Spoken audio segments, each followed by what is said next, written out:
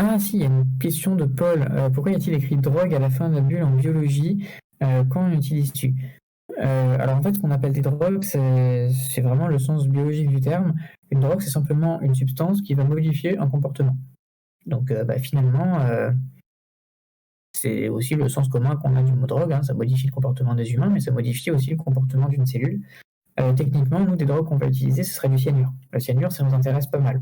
Pourquoi le cyanure, ça nous intéresse pas mal? Puisque quand vous prenez du cyanure, n'en prenez pas, hein, quand vous prenez du cyanure, c'est une question de mort cellulaire qui va se produire, donc la respiration cellulaire qui va être totalement détruite. Et c'est pour ça que vous allez mourir.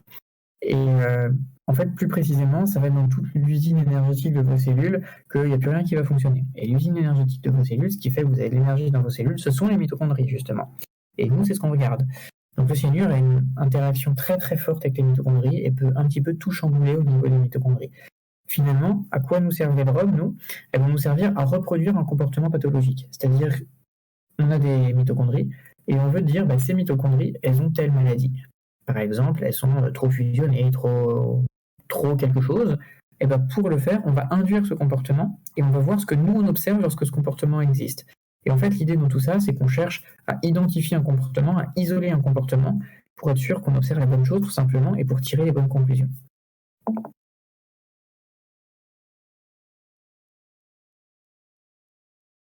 Si personne ne se manifeste, Quentin, j'ai une petite question pour toi, si tu me le permets. Oui. Vas-y, si tu veux commencer. La question était assez simple et assez générale. Est-ce qu'on a un moyen, je ne sais pas du tout le fonctionnement de ce cursus qu'est la thèse, est-ce qu'on a un moyen simple de suivre l'évolution du projet dans le temps? C'est une bonne question en vrai. Est-ce qu'on peut suivre l'évolution d'un projet scientifique en règle générale? C'est assez difficile en réalité parce que la science, ça fonctionne par un système de publication, c'est-à-dire que chacun fait ses petites recherches dans son côté et au-delà des petites recherches dans son côté, il va être question de publier, de partager les résultats. La publication des résultats, c'est vraiment la base même de la science, que ce soit en France ou dans le monde, avec le système de peer review, où chacun va pouvoir contrôler les articles qui sont publiés. Sauf qu'un article scientifique, il faut être très honnête, c'est pas accessible. C'est chiant, c'est en anglais, c'est compliqué. Et à part les personnes qui sont dans le domaine, il y a peu de gens qui vont comprendre un article scientifique, qui vont s'intéresser à des articles scientifiques dans un domaine qui n'est pas le leur. Faire de la bibliographie, en règle générale, c'est chiant. Il y a d'autres façons de se renseigner, c'est les conférences, les séminaires. Sinon, il y a la communication interne qui va être faite directement par le CNRS. Et c'est là où ça peut être intéressant pour tous ceux qui veulent suivre un petit peu de l'actualité scientifique. N'oubliez pas qu'il y a de la vulgarisation, mais surtout n'oubliez pas que les organismes de recherche, notamment le CNRS, sont présents sur Twitter, sur Instagram, etc. Et sur Twitter notamment, c'est là où la plupart des organismes sont le plus présents. La plupart des projets sont suivis et on va dire il y a eu telle évolution, il y a eu telle chose et tout. Par contre, la recherche en tant que telle, c'est-à-dire j'ai pensé à mettre telle lentille, j'ai pensé à mettre tel truc, j'ai pensé à mettre tel truc, non, ça c'est quelque chose qui va être totalement invisible. Ça fait partie du savoir-faire finalement du chercheur. Et le seul endroit où il y a des traces de tout ça, ça va être dans le cahier de laboratoire, qui va être informatisé ou non, et ça va être dans la tête de la personne qui l'a fait. Donc oui, c'est très difficile de suivre en direct live, on va dire, l'évolution d'un projet. Par contre, on peut suivre les résultats du projet via les réseaux sociaux, via d'autres méthodes. Mais voir l'évolution et le raisonnement, en quelque sorte, c'est vrai que c'est compliqué, c'est dommage, en quelque sorte. Donc, on peut compter sur toi pour nous faire un petit point de temps en temps. Un petit update. Exact. On peut compter sur toi. Exactement. Parfait, je te laisse prendre la suite des questions. Donc, est-ce que ce type d'imagerie peut s'appliquer à tous les types de cellules et de tissus? Alors, déjà, sur tous les types de cellules et de tissus, ce qu'il faut comprendre, c'est que selon ce qu'on cherche à observer, on ne va pas regarder avec le même type de lumière. On va voir ce qu'on appelle une fenêtre biologique lorsqu'on observe, qui consiste à dire que quelque chose est observable sous telle ou telle longueur d'onde. Donc, je vais me limiter sur la question sur le vivant, déjà, et au-delà du vivant, plutôt sur les mammifères. Si on va sur les cellules en règle générale, observer en phase, comme je viens de le dire, c'est quelque chose qui est très très très pratique lorsqu'on a un objet qui est principalement transparent, donc lorsqu'on va créer du contraste. Finalement, ce qu'on pourrait dire, et c'est assez intéressant comme ça, enfin présenté comme ça, c'est qu'un objet qui n'absorbe que très peu, donc un objet qui est très peu transparent, va être très visible en phase. Inversement, un objet qui est très visible en phase inversement, non, complémentairement plutôt, un objet très visible en phase et peu visible en absorption, mais donc inversement, un objet peu visible en phase est généralement très visible en absorption. Ce qui veut dire que, est-ce que c'est valable pour tout? En fait, si c'est pas valable, c'est que la méthode classique, elle, est valable, plus simplement.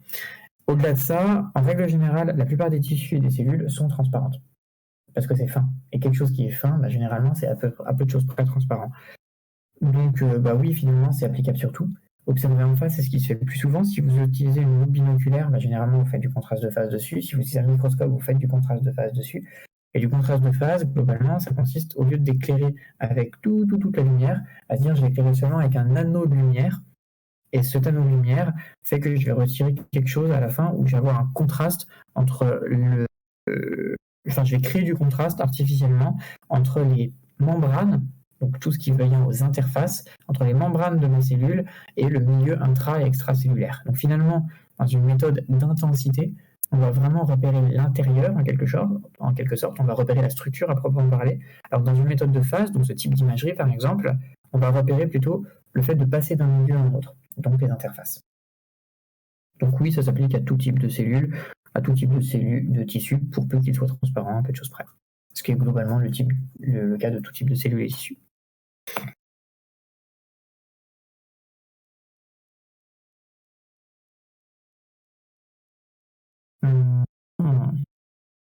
Pour revenir sur le fonctionnement de la thèse, moi j'avais une question parce que tu disais que c'était pas possible forcément de suivre l'avancée d'un projet. Est-ce que c'est pas possible dans le cadre de ta thèse, par exemple, d'utiliser des plateformes comme Arvix pour publier son travail de recherche au fur et à mesure et pouvoir du coup d'une certaine façon suivre l'évolution du projet? Alors là, c'est sur le principe de publication que je reviens. Donc c'est aussi très intéressant, soit dit en passant. Le principe de publication, c'est d'avoir des résultats. Tu publies pas si tu n'as pas de résultats. Le but de ce genre de choses, c'est pas de tenir un journal, c'est pas un journal intime, c'est pas aujourd'hui j'ai fait ça, aujourd'hui j'ai fait ça. Ce qui veut dire que lorsque tu n'as pas des résultats qui sont considérés comme importants par la communauté scientifique, tu n'as rien, tout simplement. Ce qui veut dire que si tu cherches à avoir une évolution au jour le jour du projet, avoir un suivi du projet au jour le jour, c'est strictement impossible avec ce genre de plateforme. Avec ce genre de plateforme, ce sera plutôt des résultats. Par exemple, on peut imaginer, je sais pas, je suis dans un hypothétique conditionnel, on va dire. Imaginons que d'ici un mois, on se rende compte qu'on arrive à observer quelque chose qui a pour l'instant jamais été observé, ce qui est en soi potentiellement le cas avec certaines des techniques qu'on utilise ou avec la résolution qu'on a. Mais imaginons qu'on observe quelque chose de très spécifique et qui donne un résultat ou une interprétation très intéressante. Alors là, on va le publier. Le publier, c'est-à-dire qu'on va écrire un article dessus. Cet article, il va falloir qu'il soit relu par les gens. Et le principe de peer reviewing, donc qu'il soit relu par les autres, est toujours très important, même sur une plateforme qui va être ouverte. Et on peut même considérer, et aller plus loin, quelque chose qui est écrit et qui n'est pas relu par les pairs, finalement a très très peu d'intérêt. C'est un petit peu le cas du préprint, par exemple, où finalement le préprint fait que personne n'a vraiment encore relu. Ce qui veut dire que quelque chose qui est en préprint n'a pas encore beaucoup de valeur, ou en tout cas n'a pas encore n'est pas encore quelque chose de certain, on pourrait dire. Donc est-ce qu'on peut suivre avec ce genre de plateforme? Oui, un peu mieux qu'avec d'autres. Est-ce que pour autant on aura une avancée au jour le jour? Non, clairement pas. Au mieux, c'est les réseaux sociaux. D'accord, merci beaucoup pour ta réponse.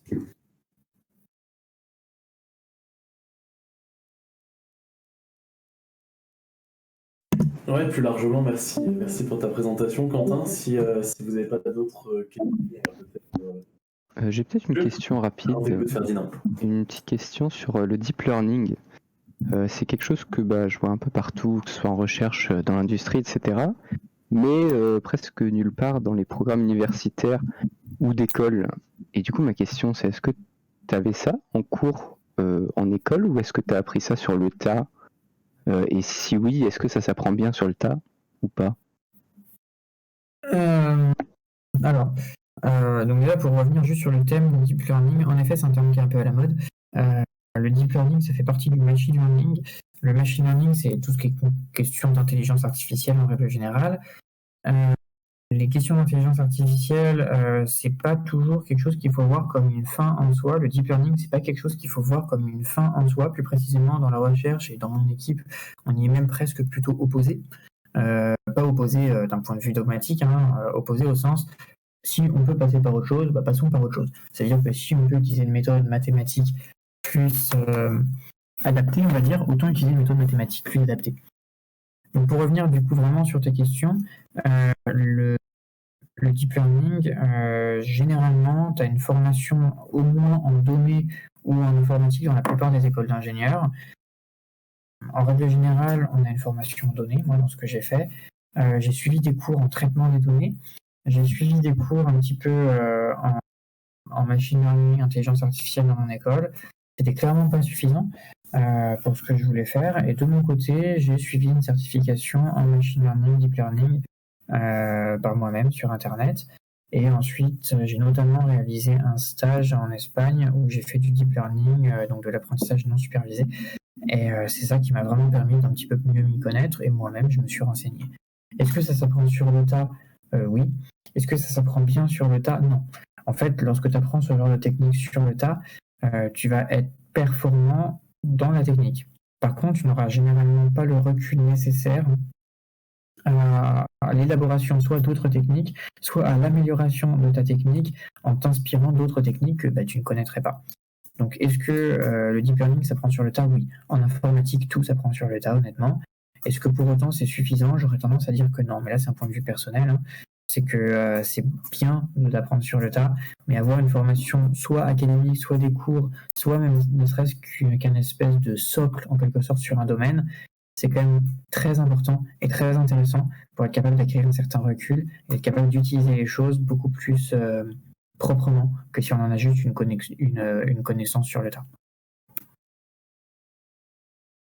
Ok, merci beaucoup. J'espère que ça vous a intéressé, j'espère que vous avez appris des choses. Et si vous avez d'autres questions, n'hésitez pas, même si les questions vous viennent plus tard, à me les envoyer. Et tant qu'à faire, j'en profite pour remercier l'organisation des conférences, Maxime et Alexis ici présents. Et j'espère que vous avez adoré les conférences passées, présentes et futures.